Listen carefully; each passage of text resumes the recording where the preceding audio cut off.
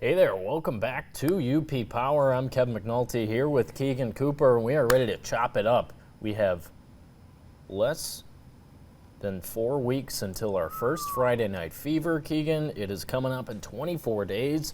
Man, we are looking forward to it. High school football practice will begin next week, so we'll be out there to check in on a lot of your local UP teams and preview their upcoming seasons, but also in camp this week.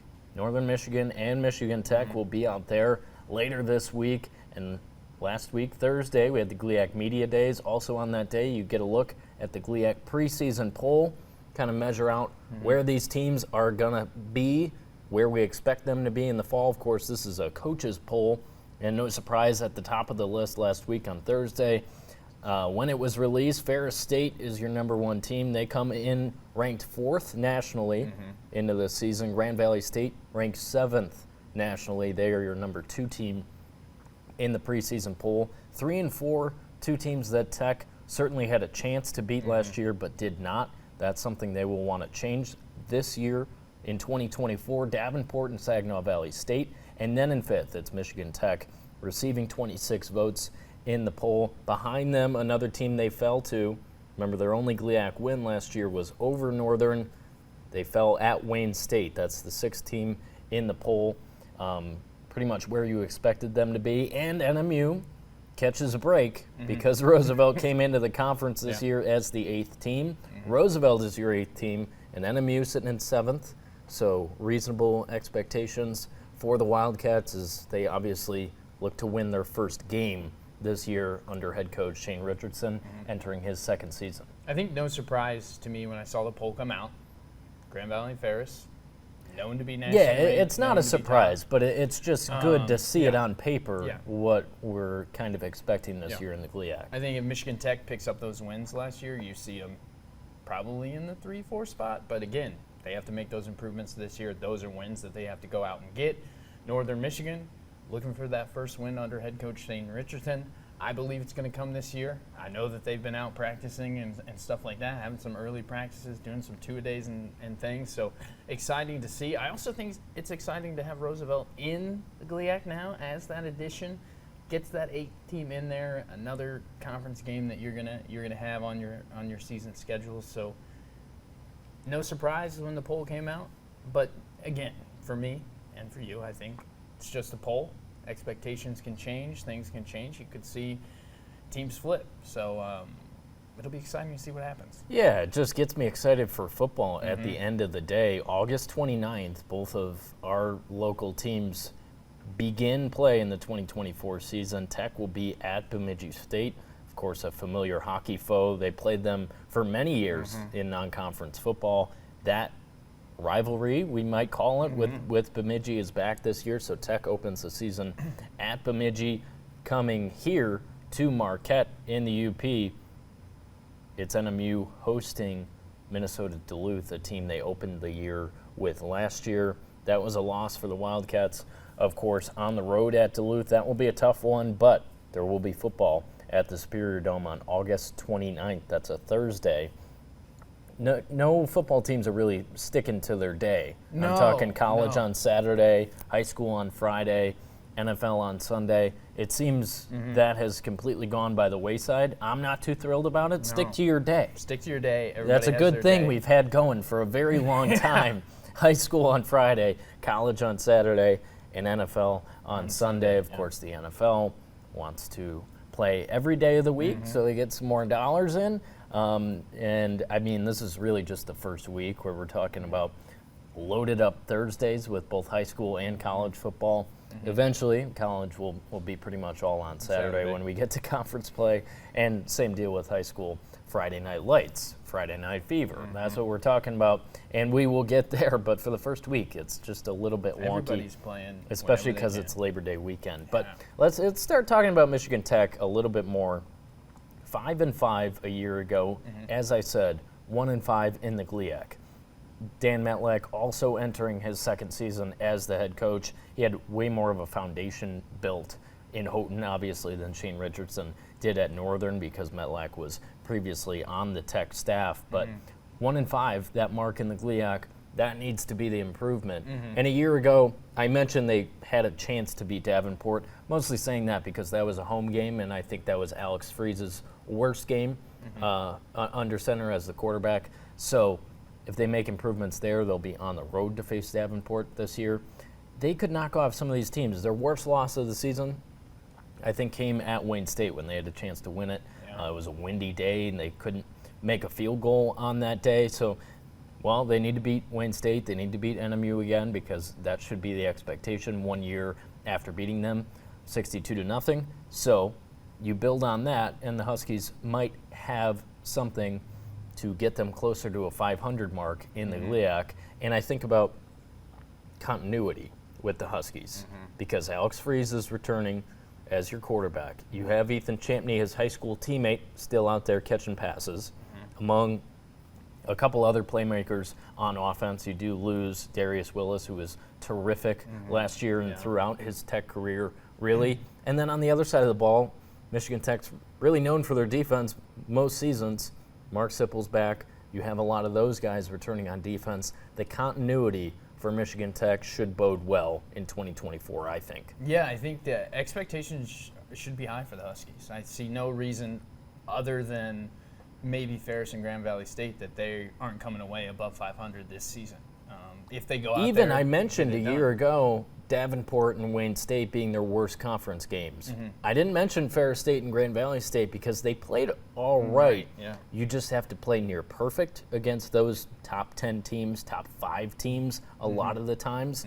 They weren't able to do that, but they held their own in those games last year. Yeah, which I think is, when you look at who you're playing against, the magnitude of it, being a top 5 team, being a top 10 team every season, more than likely being a top 5 team every season, going out, expectations are going to be high. You have to play almost perfect against them.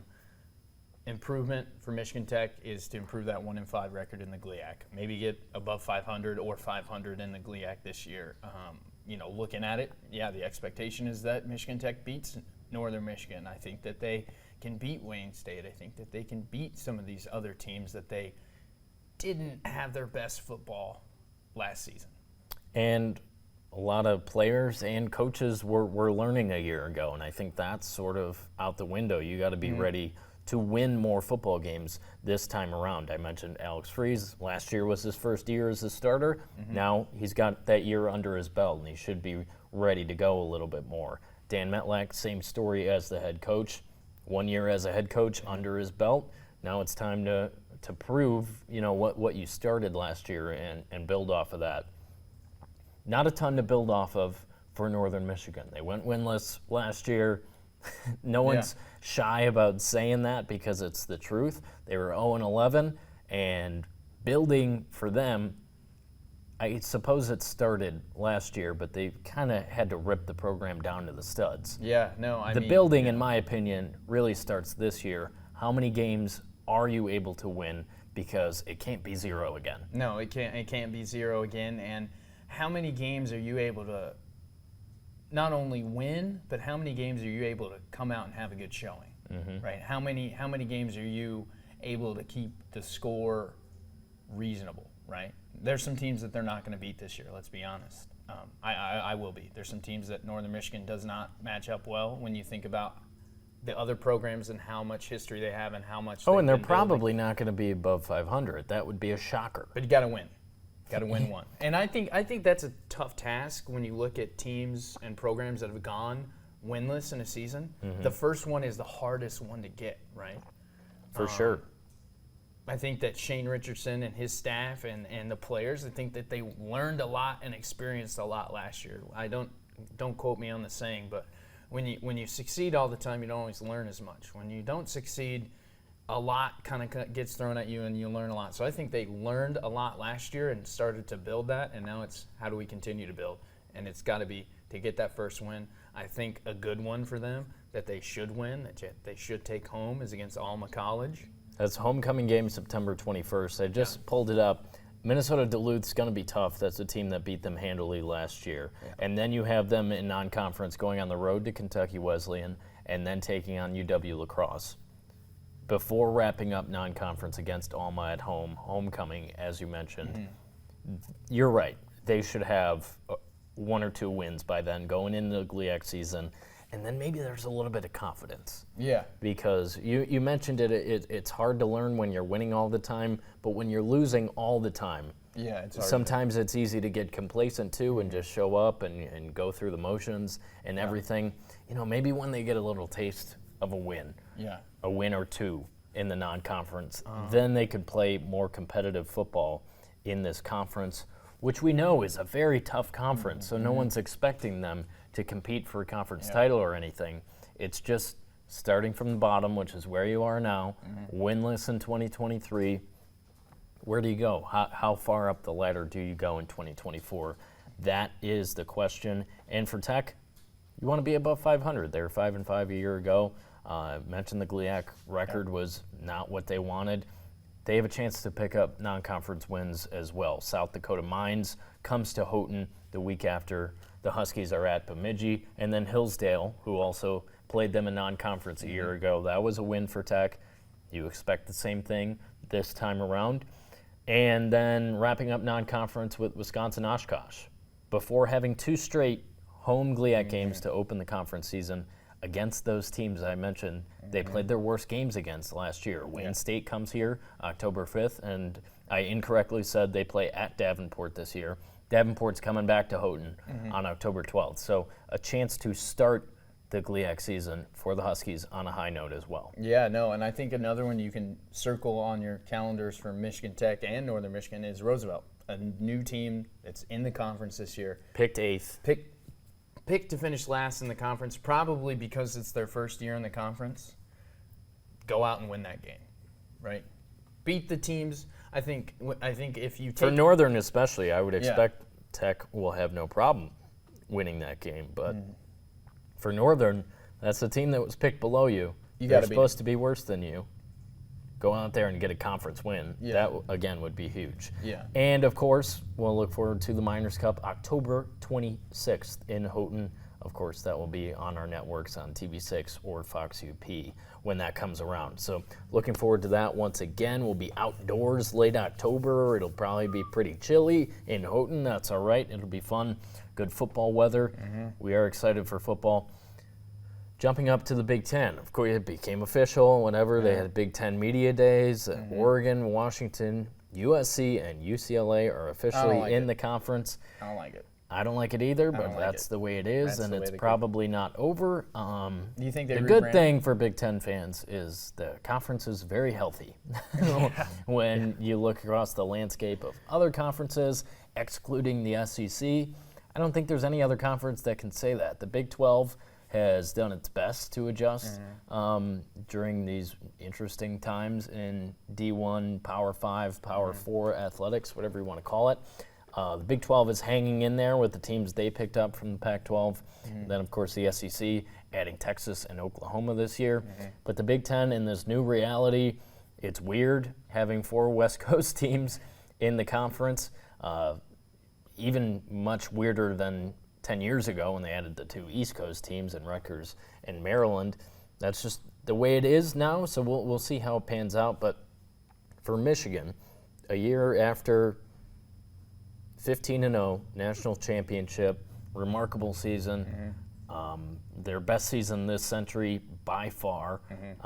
The expectations for them are not necessarily to get back there again because they lost so much. They lost their head coach, Sharon Moore, who obviously filled in for Jim Harbaugh when he was suspended for 6 games last year, is being ushered in. And then, of course, this week, as they're starting to get ready for the new season, after going to Big Ten Media Days and all that, it's reported that there could be some sort of punishment coming down, that the NCAA has looked through all of the evidence that they've been able to gather on Connor Stallions and the sign-stealing scandal, of course, as it is. Here's what ESPN has reported. It's not going to be the highest level of violation. Sharon Moore is really the only big-name coach still on the staff that could face punishment. And from what I've picked up, nothing is official. This was a document obtained by ESPN that they were able to report off of. It was a draft of what the allegations are and what the potential violations were. It seems like the worst that could come of this is another suspension for Sharon Moore, and that's about it from what I've seen, because it's not the highest level of violation, and on top of that, most of the coaching staff is gone off to the NFL. Besides Sharon Moore, they're not going to have the championship vacated, neither the Big Ten championship or the national championship. Yeah. They're not going to have the wins vacated. So when the dust settles on this and we actually find out It's a exactly what the NCAA found and what they want to do with it, it's probably going to come that it'll be a suspension for Sharon Moore, and Michigan will just kind of work through it. And it's not going to amount to much, and that's the way I feel about it after hearing what has been reported so far as of Tuesday, August the 6th. Yeah, I mean, so we'll have an interim head coach while Sharon Moore serves his suspension, and then Michigan will be back. And it probably won't even be this year. Yeah. Because of how slowly the NCAA typically works on these things. It's one of those things, were they stealing signs? Were they not stealing signs? They were. They and were. That was part of what this draft was, that Connor Stallions did all these things. He did pay interns and whatnot to go scout games. Dozens of them was the outcome of this draft. Of the allegations that did happen. And Sharon Moore did delete text messages he had with Connor Stallions, and that's the part where Sharon Moore and any other members of the Michigan staff that were perhaps on the staff in 2023, they will get penalized for deleting some of the evidence or not cooperating with NCAA officials. That's where any punishment will stem from. It's not because of the sign stealing scheme itself. So you think about that and you realize, okay, this might not be a whole lot. Connor Stallions, this report did confirm that he was on the Central Michigan sideline that day when they were playing Michigan State, which is remarkable, and we don't know how he obtained Central Michigan Chippewa's gear and a sideline credential, but he did, and that's funny that was confirmed by this report that Stallions was on the Central Michigan sideline that day. It's just remarkable that he got that actually happened. Yeah, just watch film, guys. And just watch film. Just watch film. That's not the way Michigan did it for the past 3 years. And I don't think we'll ever find out if Jim Harbaugh knew the extent of Stallions and his sign-stealing scheme, that we'll call it. And then on top of that, Connor Stallions is working on a Netflix documentary, one of those untold documentary series that will come out on Netflix in September. So that'll be very interesting to hear Stallion's side of the story, because it's a very interesting story. And if you remember last fall, everyone was enthralled by this scandal and what Michigan supposedly did. And then Michigan went out and won the national championship after all of this came out, not confirmed at the time, but they kept winning football games, and then they won the national championship going undefeated. So I'm looking forward to that docuseries, what comes out of that. And, as far as the NCAA, yeah, exactly. That's the other part. Who from Michigan is going to be a part of this? I have a feeling none of them, because the NCAA is still poking and prodding and trying to figure out what happened. But they sat down with Connor Stallions, and it seems too soon for a documentary to come out about this whole thing, considering it was less than a year ago when these revelations first came out last fall. But at the same time, I'm going to watch. Oh, yeah, I'm going to watch. Yeah. You're not going to keep me away from that. So as for Michigan this season, Ohio State's a better football team. Yeah. And that is kind of what has dictated which one of those teams could go on and win a national title. Of course, in 2022, Michigan beat Ohio State, but Ohio State was still good enough to get into the 4-team playoff. Both teams fall in the semifinals. So we didn't get to see that. That was the year Georgia beat TCU for the national championship. So that was the one exception over the past, let's say, 10 years of both teams being able to make the playoff despite the outcome of that game last year. As Michigan beating Ohio State, they get into the playoff and win the national championship, of course. This year's a little bit different, where does the rivalry game mean as much because you have a 12-team playoff? And I'd be shocked if Ohio State is not in that field. I'd really be shocked if they're not a top 4 team and the automatic qualifier top 4 from the Big Ten. Michigan, I think, is the bigger question mark. Are they going to win enough other games to get in? If Ohio State does get them back this year, will they have enough wins to get into the playoff? I think that's what we're looking at. I think Michigan can do it, but this year they're not the top dog in the Big Ten, and I think a lot of Michigan fans realize that last year was really the magical run with the guys they had back, Blake Corum, J.J. McCarthy, Jim Harbaugh, the head coach, all those guys coming together a year after being bounced by TCU in the semifinal. Now it's Sharon Moore's Michigan team. Obviously, he'll do a lot of things similarly to Jim Harbaugh, but the expectation may not be a national championship this year. That's how I'm feeling. No, yeah, I think, it's incredibly hard to even win a national championship. It's incredibly hard to win back-to-back national championships. I think, especially when the field is bigger. Yeah, I think Michigan will end in the top 12 and they'll be in the playoffs. I don't think that they're an automatic top 4 qualifying team. If I had to pick, they're going to land somewhere between 7 and 10, probably. I don't think that, like you said, and I agree with you, Ohio State is a better team than Michigan. When you look at what Michigan has returning and what Michigan brought in, it's not really hard when you think about who Michigan lost. So I think 7 to 10 is probably where they end up. They end up in the playoff. Maybe they make it past the first round, but I don't see them as a national champion contender after winning it all and seeing what they lost. I would agree. And week 2 on Michigan's schedule, which is different from many years past, a tough non-conference game, Texas in the Big House, September 7th. Wow. Another playoff team from a year ago. Quinn Ewers, definitely on Heisman watch, the Texas quarterback coming into this year. That's an SEC Big Ten battle. Big noon kickoff on September 7th, as I mentioned. You get into the Big Ten schedule, USC game 1 in Ann Arbor. I think Michigan will be able to do that. Then Minnesota, Washington. A rematch of the national title game is a conference game this year in Seattle. Then you have Illinois, Michigan State. I would expect Michigan to beat Michigan State year 1 under Jonathan Smith in East Lansing, of course. Then Oregon, November 2nd.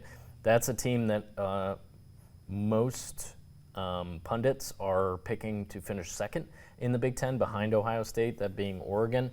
Barely missed out on the playoff a year ago, their last year in the Pac-12. Now they're coming to the Big Ten and they have to play in the Big House on November 2nd. Then Indiana, Northwestern, and of course Ohio State this year in Columbus. That will be a tough one. But you're right, I think I look at the schedule, I see enough wins. For Michigan to have a path to a 12-team playoff. And I think if you're a Michigan fan, that's mostly what you want out of this season, I think, is to have a chance to advance in the postseason and move through the playoffs. So, yeah, definitely.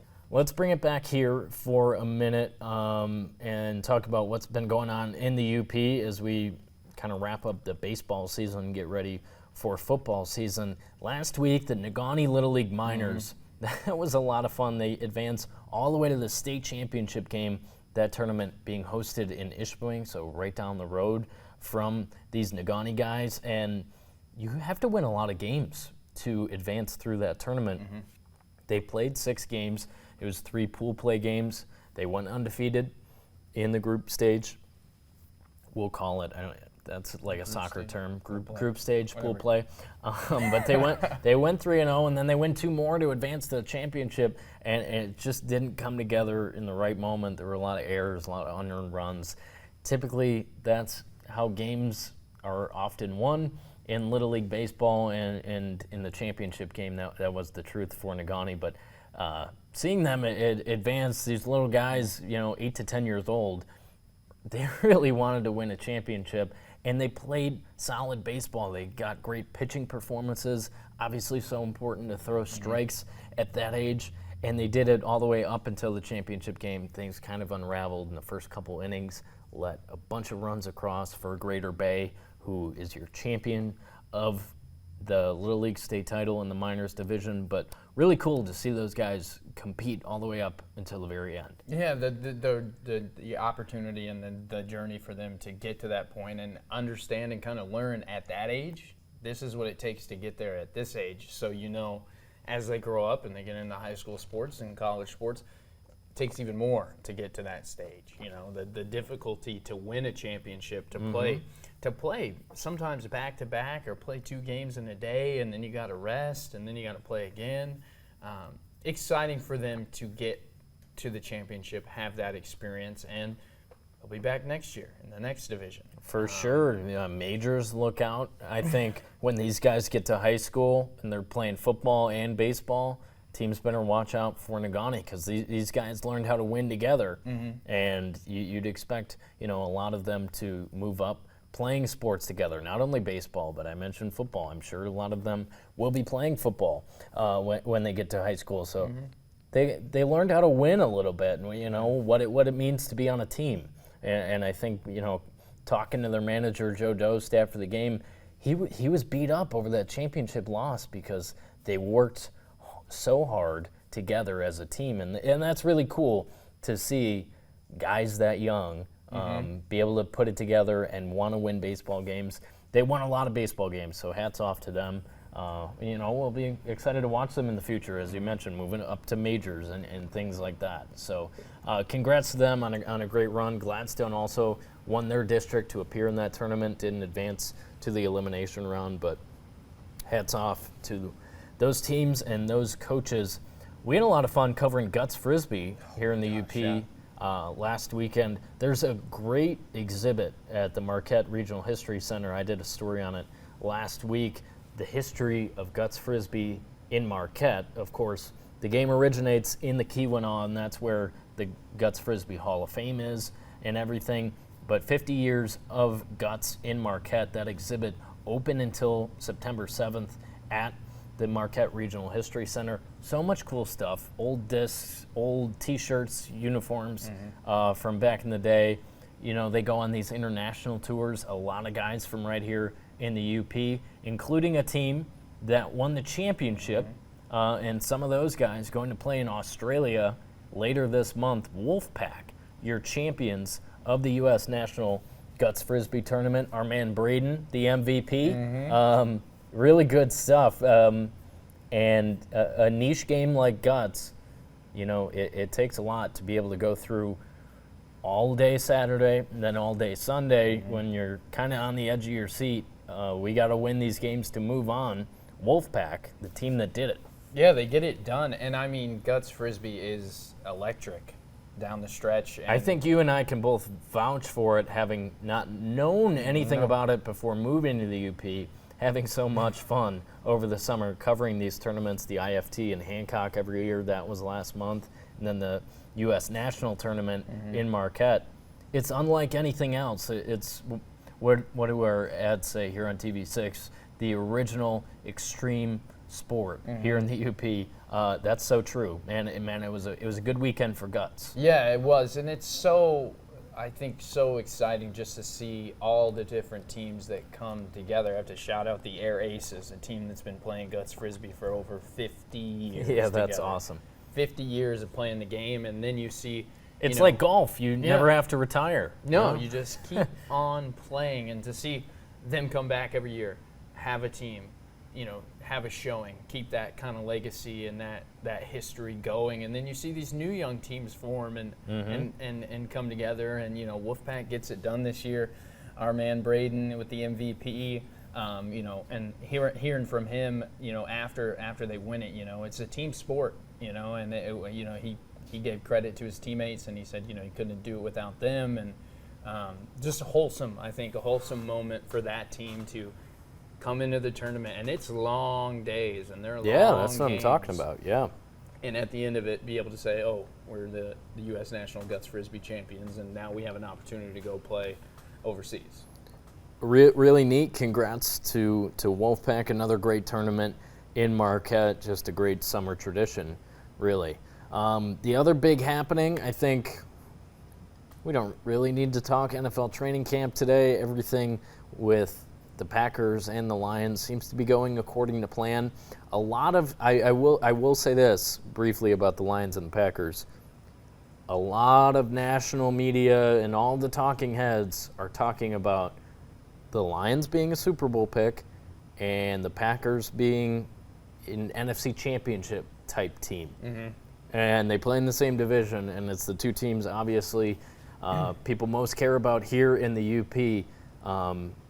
Everyone's talking about these teams because there's a lot of continuity, and I think people are excited. For one, the Lions have the same team, same coaching staff. Mm-hmm. They still have Ben Johnson. If you remember, we were recording the podcast probably 6 months ago, right after the Lions' devastating loss in the NFC Championship game. But then it came out, we were live here, that Ben Johnson was returning as the offensive coordinator and he wasn't going to take a head coach job. Yep. And our GM, Rick Rhodes, big Lions fan, walked through here. He's like, Ben Johnson's back. So that kind of reinvigorated the Lions to know there weren't going to be many changes. You were already one of the best teams in football. You pay these guys so they're happy. I'm talking Amon-Ra St. Brown, Jared Goff, and Penei Sewell in the offense. And then you draft these young cornerbacks like Terry and Arnold from Alabama, their first-round selection. Why not the Lions this year? It is different having such big expectations. Last year they had marginal expectations coming up just short and missing out in the playoffs in 2022. So teams were like, okay, Lions, they could do something this year. Now it's Super Bowl Lions. And that, I guess that's not too crazy to say given the fact that they, blew a 3-possession lead in the second half of the NFC Championship game. They were darn close to the Super Bowl, so why not set that bar for 2024? Yeah, the thing that it's trending on Twitter today about the Lions. You see all the scuffles they've been getting into. Joint practice with the Giants this week, yeah. Mark, I like that they do the joint practices. I think most teams will do 2 throughout training camp and preseason. I think it's good because you don't want to see that in your own training camp in Allen Park. You don't want to see your guys fighting against each other. But if a scuffle breaks out in a practice with the Giants a couple days before you're about to play them in a preseason game, it's good to get those juices flowing, you know? Yeah, I mean, the competitive nature. I mean, these guys are paid a lot of money to perform. And so, training camp, it's going to get a little intense out there, I mean, there's a lot of competitiveness that goes into winning in the NFL, and especially when it starts in August. Especially when the media is saying, "Oh, the Lions are the Super Bowl pick," and you better have an edge about you. I totally agree. We did see that Monday joint practice with the Giants, and then the Packers will have a joint practice with the Ravens at the end of training camp. I'll head down there for the final day of training camp. Is a joint practice with the Ravens. So one of the top teams in the AFC, the 1 seed a year ago, fell in the AFC Championship. So I think that's really good for the Packers to have a team like that in their building for those couple days before they play a preseason game. So that will be cool to see. Like I said, I'll be down there August 22nd for the final day of Packers training camp, and then they have to get ready to go to Brazil to open the season on a Friday night. So Packers, also expectations. You just paid Jordan Love. He's your guy. What you saw of him the second half of last year has your hopes very high about the quarterback that he can be with his receivers that are now a year older. I think that was a lot of the talking points about the Packers this time last year was how young they were. Jordan Love hadn't started more than one game for the Packers. That's different now. He has a year under his belt. And then you think about his receiving core. Romeo Doubs has been getting tons of praise at Packers camp, in addition to Christian Watson, who was your number one receiver, entering last year. And I think the Packers have what it takes. And even what we were trying to find out the first day of training camp, what will be different about the defense, well, they've been getting pretty rave reviews about what the defense has looked like in camp so far. So if you're confident in that side of the ball, you should be confident in the Packers as a team. Yeah, I mean, when you look at the Packers last season, it wasn't the offense that was worried about. It was the defense. It was, can we limit the scoring? Yeah. And I think the changes there were they're hiccups making- for Jordan Love in his first year as a starter midway through, but you're right, November, December, it was the defense. Even as you go into the playoffs, you know, what is this Joe Barry defense? Are we going to sit back on our heels all the time? And bringing a guy like Jeff Hafley in, who has so much experience really getting the most out of guys, and I think it got really stale under Joe Barry, so you kind of invigorate new life into this defense. Xavier McKinney comes over from the Giants. Jair Alexander's back, and as I mentioned not too long ago, if he doesn't make headlines off the field, I think you expect great things from Jair Alexander. Xavier McKinney was a huge signing. I don't think a lot of people are talking about that as another safety in there, all-pro safety. He could be a big piece, and maybe what they were missing last year. On top of that, you have a new defensive coordinator, and the defense is going to look different. Yeah, I think I can sum it up. I'm excited for football. It's here. August is here. And we had a training camp fight yesterday. You know, if that doesn't get you excited for football, you know, I don't know what does. And it's not that, I mean, yeah, those players are getting after it, because preseason is going to be here and then be gone, and then we're going to have week one. And if you are picked to be a Super Bowl contender or a NFC or AFC championship team, you're going to want to win week one. And, kind of make a statement. I think Jordan Love in his second year under center is going to want to have a statement game. They're also, And both teams open with playoff teams from a year ago. Yeah. The Lions host the Rams again. So Matthew Stafford is coming back to Detroit. People are going to be fired up, 65,000 of them, probably chanting Jared Goff again for the opener. That's a team you beat in the playoffs last year. You don't want to lose to them the first week of the season. And then you have the Packers taking on the Philadelphia Eagles in Brazil. That's a playoff team from a year ago. I know they limped into the playoffs, but 2 years ago they were in the Super Bowl. That's still a very good team that you want to get off on the right foot here in 2024. I know it doesn't all come down to the season opener, but you're right. I think starting strong is key for both of these teams. Yeah, we'll have to wait a couple weeks before we make our Super Bowl picks. We'll do it at the beginning of the season and see who's right. Oh, who's your World Series pick? Let's talk Olympics, and then we will close out the podcast with Keegan giving me his World Series You've pick. been waiting on that for weeks now. I have, because I picked the Phillies over the Mariners a while back. The Phillies not looking good right now. Nope. They are not. Still in great position to have home field advantage in the postseason, but they've lost, 6 in a row or something like that. Brewers hanging out in first place of the NL Central. Tigers have been playing terribly. Hit or miss, hit and missing. Yeah. So the playoffs are pretty much completely out the door for Detroit. Start looking toward 2025 if you're a Tigers fan, or just look towards football season for the Lions to get underway. Let's talk about the Olympics. We are over a week in to the Paris Games. I think they've been awesome. They've been so great. Especially for the United States. Of course, TV6 is your local home for pretty much nonstop Olympic coverage. When we're not on the air here in the studio, you're seeing Olympics on TV6. And yeah, it's been great. Where do we even start? Katie Ledecky.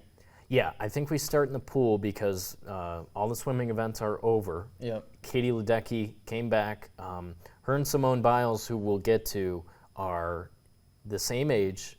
They both came back. We've been seeing them compete since London in 2012. And Katie Ledecky comes out and, again, shows why she's the greatest American female swimmer of all time, in my opinion. Racking up the medals. I think back to the 1,500-meter race, which is her race in a long-distance, swim event like that. It's all Katie Ledecky and who's chasing her. The lead she had, she was right off the world record pace, her own world record pace. And she wins the gold medal among scores of other medals that she has from the Olympics and other competitions. But yeah, Katie Ledecky showed why she's the GOAT again in the pool this year. Yeah, I mean, just, dominant is, I think, a word to use. And I loved watching the coverage because they're starting to say Katie Ledecky and Michael Phelps in the same conversation of greatest USA swimmers, and I think that's a fair argument. Now, Michael Phelps has a few more medals, so Katie Ledecky might have to come back in 2028 and make some more noise, but just a dominant performance. And when you look neither Ledecky or Biles ruled out a return in 2028. Yeah. Especially because it's here in the United States, in Los Angeles. Both of them will be 31 years old in 2028. But at the same time, does Ledecky need to, race in every event? Can she just go race in the 1500 and win another gold medal? Yeah. Because I'm fairly certain 4 years from now, barring any injuries or anything, she could do it, no problem. You look at her record this year in Paris, 800-meter freestyle, 1,500-meter freestyle, as I mentioned, both gold for Katie Ledecky, and she adds a silver in the 4x200-meter relay, and then the 400-meter freestyle, of course, a shorter distance. She got the bronze in that. So 4 more medals for Ledecky this year. It's pretty amazing, and yeah, she's not quite. Phelps is over 20 for his career in the Olympic Games. Ledecky has 9 golds. Also, she could get to double-digit golds. That would be pretty cool. So for her lifetime, she has 9 golds, 4 silvers, and 1 bronze. That one coming last week in Paris. So 14 medals for Ledecky in the Olympics. If she comes back in 2028, she could do it. I think she can do it. She wouldn't get to 20. I mean, she only won 4 medals in Paris, but she won 4 in medals. I don't think she's going to come out in 28 and win 6, but she could get that 10th gold. Yeah. I think you and I both believe she could do it, especially in the believe. 1500. I saw that lead she had going down the stretch. It was pretty amazing. Yeah, So. I mean, well, and we have to shout out our guy on Team USA, the men's swimming team, Bobby Fink, who sets a world record in the 1500 meters. That was clutch because I was a little disappointed with the men in the pool. Caleb Dressel was our guy coming off the Tokyo Games 3 years ago. He didn't perform all that well across the board, in my opinion. So, yeah, that was cool. Bobby Fink winning the 1500. Dominant. Yeah. Dominant. That's our race, baby. USA. USA has the distance swimming down. Sets a world record. And the distance that he was ahead to, he was just, that was impressive. Yeah, no, so that was a good event for the Americans. Let's go to gymnastics, and starting with Simone Biles, she wrapped up her Paris run yesterday, Monday, with the floor exercise and balance beam.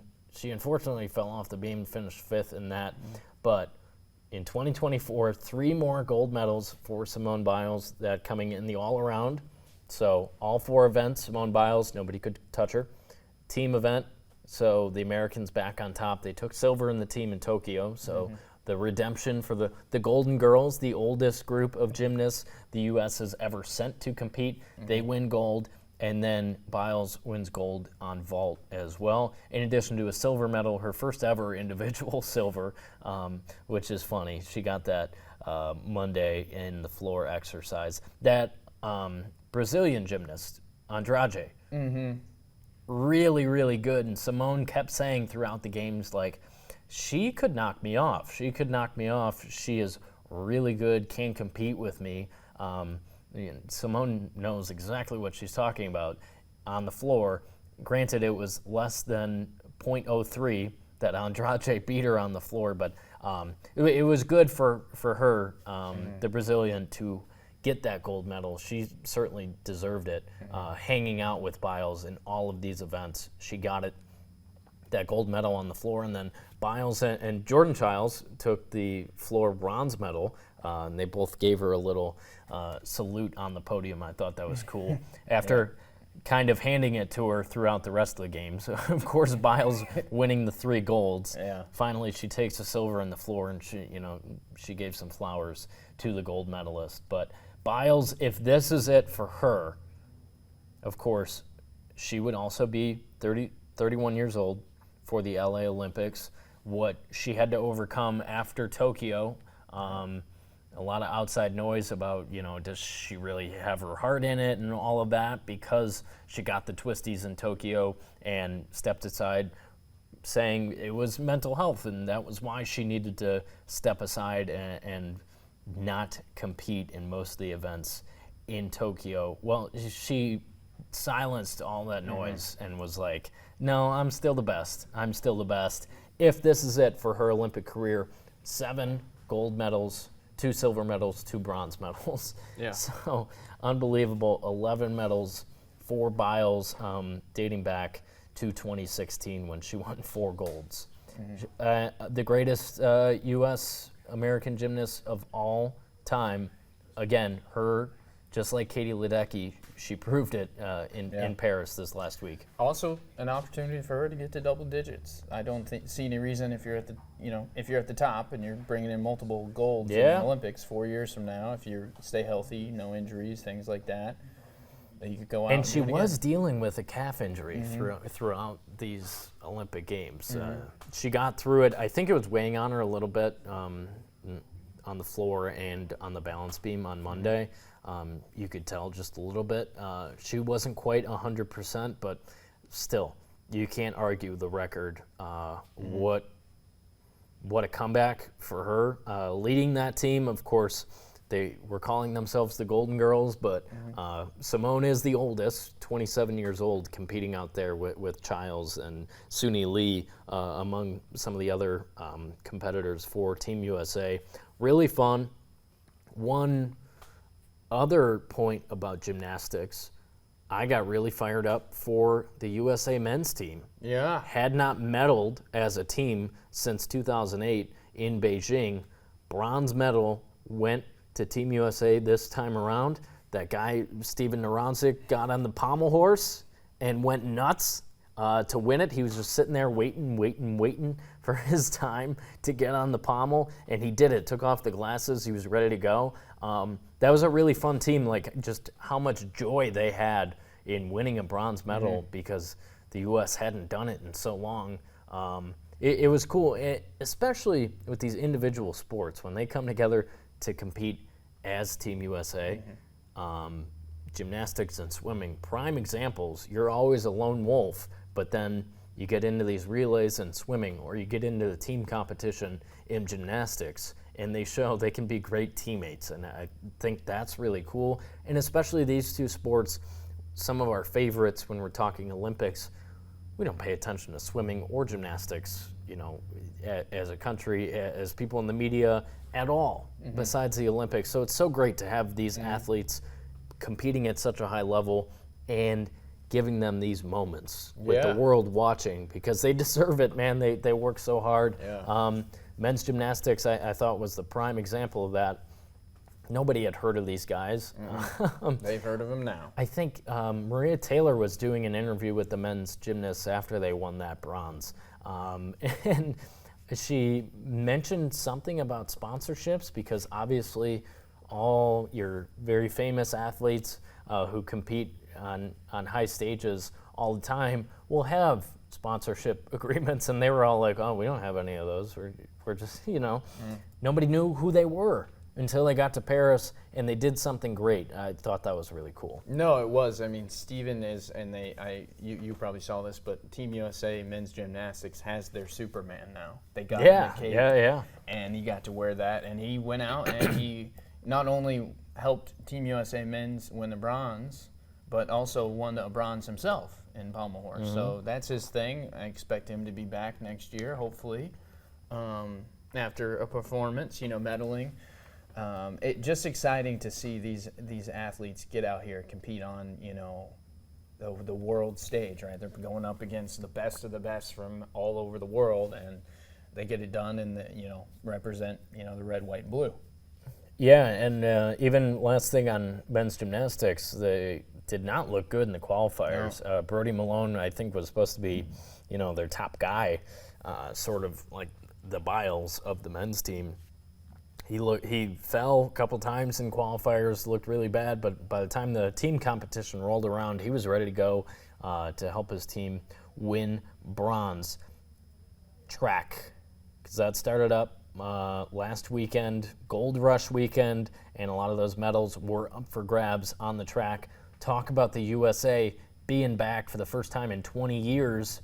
An American is the fastest man on earth. Noah Lyles wins the 100-meter sprint by 5 thousandths of a second. It was here to here was the difference, and we found out, I didn't know this before the finish of that race, that it's not your foot crossing the finish line, it's your upper body, your collarbone. And Noah Lyles did it. At the end, we didn't know if it was him or the guy from Jamaica who won. The announcer says the fella from Jamaica wins it, and Noah Lyles is over there congratulating him. And then they put the times up, and they're official, and Noah Lyles won it. Yeah. Really cool. He's an older guy, too. He's 27. I think that just shows you, one, sports medicine, that if you treat a lot of these injuries that will kind of doom athletes in their late 20s in a lot of these Olympic sports, if you treat injuries, you'll be all right. And also, what happens when these sports become more professionalized and they can focus on recovering their bodies and being in the best shape, that 27-year-olds in different sports, gymnastics, swimming, and on the track, that you're fine. You don't have to be 21 to be able to do this. Noah Lyles proves that, and later this week, Wednesday and Thursday, he'll go for the sweep in the sprints, those being the 200-meter race. He hasn't lost a 200-meter race internationally since 2022.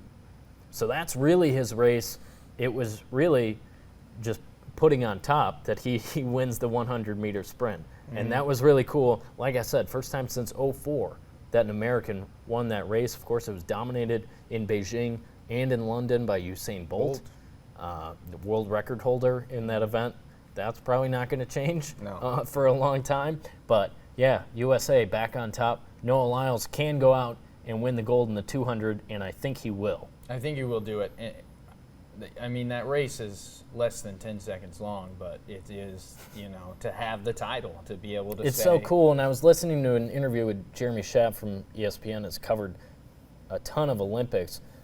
The way they build it up, that's a 60,000-seat stadium where they're doing the track and field events. The way they build up those 10 seconds, and they bring out each guy, all 8 qualifiers individually, and people are just pumped up, and you could hear the roar toward the end when you didn't know who won, but you're like, oh my gosh, what did I just watch for the last 10 seconds? Yeah. Because these guys are going so fast. Yeah, probably the greatest 10 seconds in the Olympics. I think it's so cool. It is to watch. And it's especially cool to see a guy from the U.S. win it again, because I've never seen that in my lifetime. So, really cool. Noah Lyles. We knew he was the guy going in, and he proved it in the 100-meter. I think he'll prove it, like I said, in the 200-meter as well.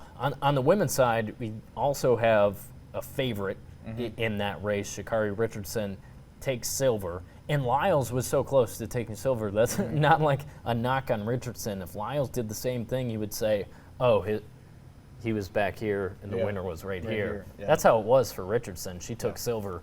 A great run. She's incredible as well.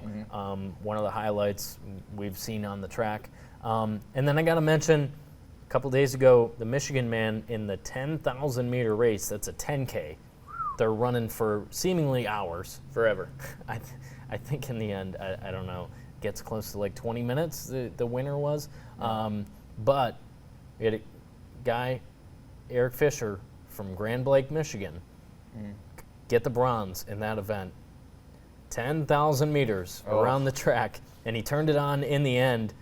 Took the bronze, first podium finish for an American there in quite some time. So Yeah, the U.S. performance, the men kind of disappointed me in the pool, but especially on the track, I think we're doing great things right now. And we still have quite a few days left. I mean, I know you and I were watching it earlier today, but the Team USA women's soccer team gets the win. Yep, moving on to the championship, gold medal game. Gold medal game. Team USA men's basketball is underway right now. And they are in the elimination round. In the elimination round. And the women will be in the same boat later on Tuesday as well. Yes, so let's bring home the gold. Do you think, what do we have, 5 days left of the Olympics? Team USA get over 100 medals? That's a good question. I don't know how many medals are still up for grabs. I think we're at 79 right now. I think it's worth mentioning these are sports that aren't exclusive to the Olympics. Not that swimming and gymnastics are, but like I said, those are kind of the only time we tune into those sports is during the Olympics. Golf and tennis this weekend was very exciting. Scotty Scheffler wins gold with 62 in his final round to beat Jon Rahm of Spain. That was really cool, seeing Scotty Scheffler get up to the podium and cry, have some emotions. Yeah. This is a guy that talks about how he doesn't care about the money or anything that comes along with being a champion on the PGA Tour and a two-time major champion at Augusta. He doesn't care about any of that. We've never seen him cry when he won a tournament before, but he cried when the Star-Spangled Banner played in Paris because he was a gold medalist representing his country and not just himself for a change. Yeah. That was a really cool moment for me, watching golf so much this year and watching Scotty win everything, that there was actually something that could make him show emotion because he doesn't do that. No, I mean, stone cold throughout, most of the year and stuff, and in control of his emotions, and then to see him kind of have that moment and embrace it and realize what it means. And I think for a lot of these athletes that represent their country, realizing what it means to, win a medal and go back to your country and be able to say, oh, I'm a gold medalist, or I'm a silver medalist, or I'm a bronze medalist. Just, it's incredible. I agree. Tennis, another one of those sports we don't think of as an exclusively an Olympic sport, but Novak Djokovic wins his first ever gold medal over Carlos Alcaraz. Happy for him. You know, he has his moments where he's not the biggest fan favorite, but he is arguably the greatest men's tennis player of all time. I think he deserved a gold medal, and he got it on the clay in a win over Alcaraz. So you said you think the U.S. is going to finish with more than 100 medals? 100. So this is live Tuesday afternoon. The U.S. has 82 medals. It was 78 after Monday's competition. Yep. So 82 medals, 18 to go. I have no idea how many are still up for grabs, but I'm going to say yes, they get there. China is in second place with 58, so we're just blowing them out of the water. Yep. Not even close. And the U.S. and China are tied for the most golds, 22 apiece. Do we finish with more golds than China? It's tough. I mean, when you think about some of the sports, I think women's soccer wins, so there's a gold. I think Team USA men's basketball and women's basketball win. So there's 3 golds. There's Noah Lyles. Noah Lyles, 4 golds. I think we do. Count them. Well, China's not winning either of the basketballs. They're not winning the 200. They're not beating Lyles. And they're not winning women's soccer. All right. I think it could happen. I like it. It's going to be close. It's going to be close. So that's our bar. Over 100 and more gold medals. These Olympics were a failure for the United States of America if we do not get 100 total medals and have more gold medals than China, right? We're in agreement there.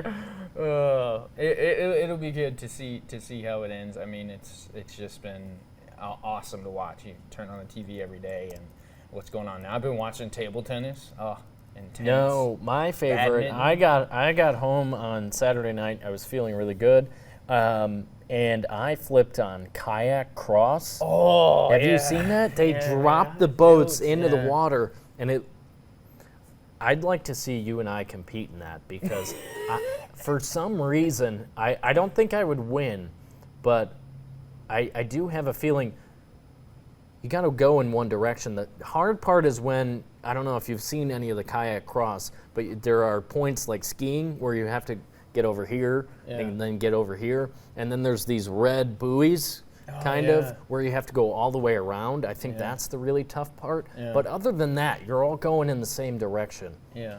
So I think I could hold my own. I would not win. I wouldn't win, but I would. I want to try it. No, here you go. And then the coolest part of the kayak cross is you have to roll under. So you got to get in the water and then come back out. The boats are different than a normal kayak, so you can't flip a normal kayak and flip it back over, but there's no opening. I think it's like tight to your body, so you can roll it over and then roll back. That looks really hard. Build us a course. Kayak cross is my favorite right niche Olympic sport. And then have you seen handball lately? Those games are intense. I didn't watch any of the handball. That's crazy. It's we need to play more handball in the United States, I think. Yeah. Just get out there, start handball teams, folks, so we can get really good at it. Rugby as well, though. The women's team winning a bronze for the U.S. One more guy I wanted to mention, not a U.S. athlete, but he had an incredible Olympic Games. Leon Marchand of France, an Olympic swimmer for the French, actually goes to Arizona State, so he spends a lot of time here in the States. 4 gold medals, and then his relay team won a bronze. So that's almost Phelps-type numbers. He has the same coach as Michael Phelps. So there you go. 22 years old. He had an unbelievable run. Obviously, in his home country, everyone was cheering for him. I thought that was really cool, a great moment from these Paris Games. 4 gold medals. That's the 200-meter breaststroke, 200-meter butterfly, individual medley, and then the 400 individual medley as well. All gold. Gold. No one could stop him. It was Phelps-esque, and on top of him having Phelps' former coach, he also had Michael Phelps sitting there watching his races with Mike Tirico in the studio, and Michael Phelps was going crazy for him. So you could tell that this guy has the juice. Yeah, he has the stuff. He'll be back. And he's 22, yeah. He'll be back, so he'll be back in 2028, and we'll see him. Yeah, so many amazing athletes, and I like so many stories, and now I really understand why there are certain journalists who don't cover these Olympic sports, but they always make sure they're there for the Olympic Games, because the stories that come out of the Olympics are really unlike anything else you might consume in American sports, because everything is out there already. But like I mentioned with the gymnasts, we didn't know anything about them. So journalists that are there, I envy them, because they get to go tell these stories of these athletes who deserve to have their stories told. Yeah, no, it's a marvel to watch, and I'm excited to see how it all ends out. When we've got five days left, Olympics close on August 11th. I believe this weekend, yeah. So yeah, we'll just have to wait and see. Go Team USA, though. Go Team USA. 100 medals total, more golds than China. That is your challenge from the UP Power podcast. Yep. Good luck, and if you don't meet our demands, it could get ugly. So be careful. That'll do it. Make sure to tune in to all of NBC's Olympic coverage on TV6 throughout the remainder of the games, and we'll check in with you again next week as we get closer and closer to football season. So for Keegan Cooper, I'm Kevin McNulty. Have a great rest of your week.